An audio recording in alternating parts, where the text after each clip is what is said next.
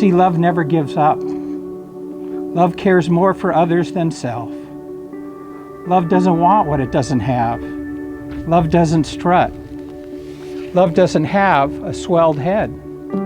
It doesn't force itself on others, isn't always me first, and doesn't fly off the handle. So no matter what I say, what I believe, what I do, I am bankrupt without love. Yeah, Carl was getting deep all night with dinner. Again? Oh, yeah. I didn't stay on that. Is this recording?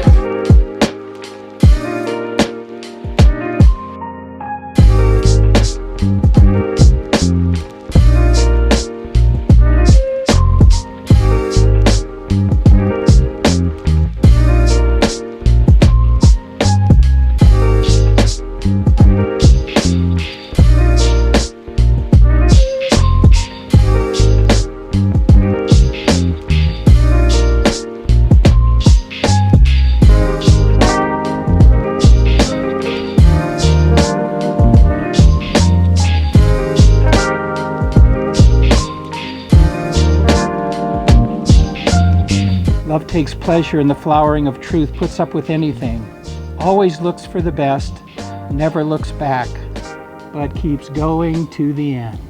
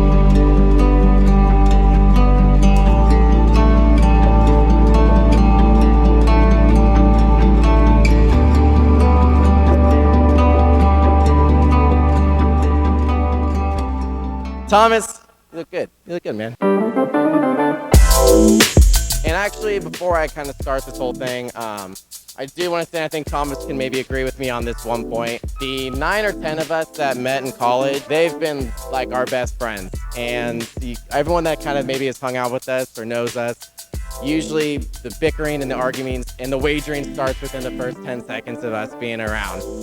So, I'm personally thankful for, the friends that I made in school, and I can't, they are a huge, huge part of my life.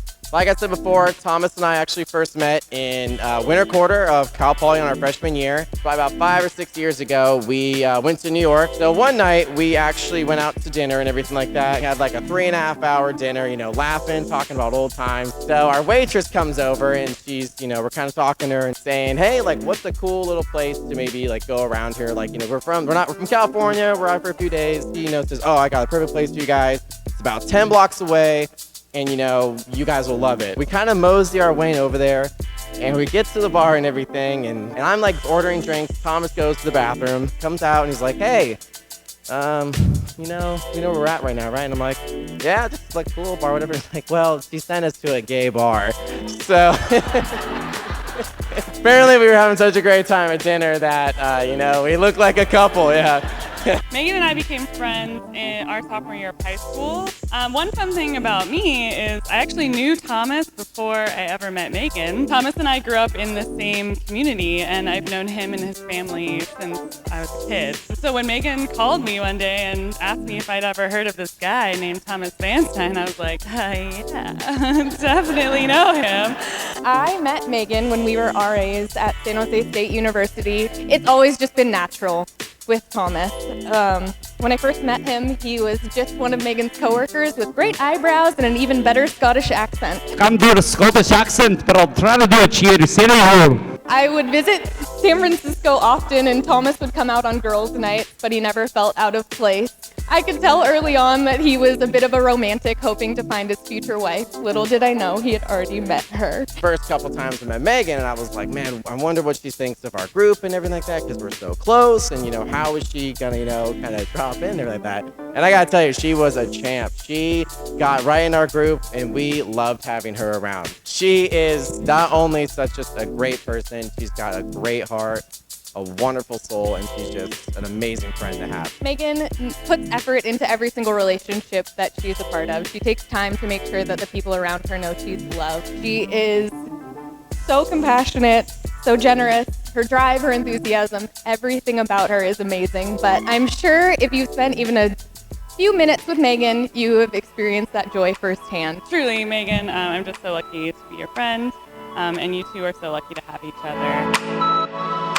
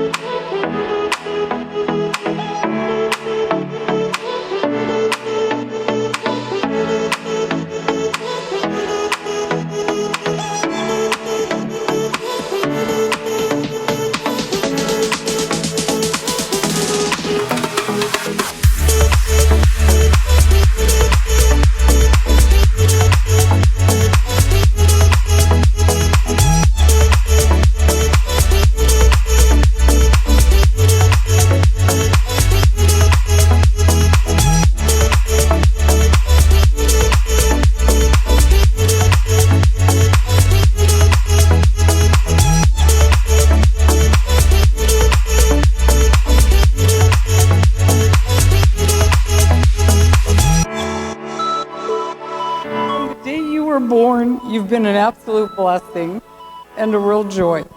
Your easygoing nature and sweet disposition made it so easy to raise you.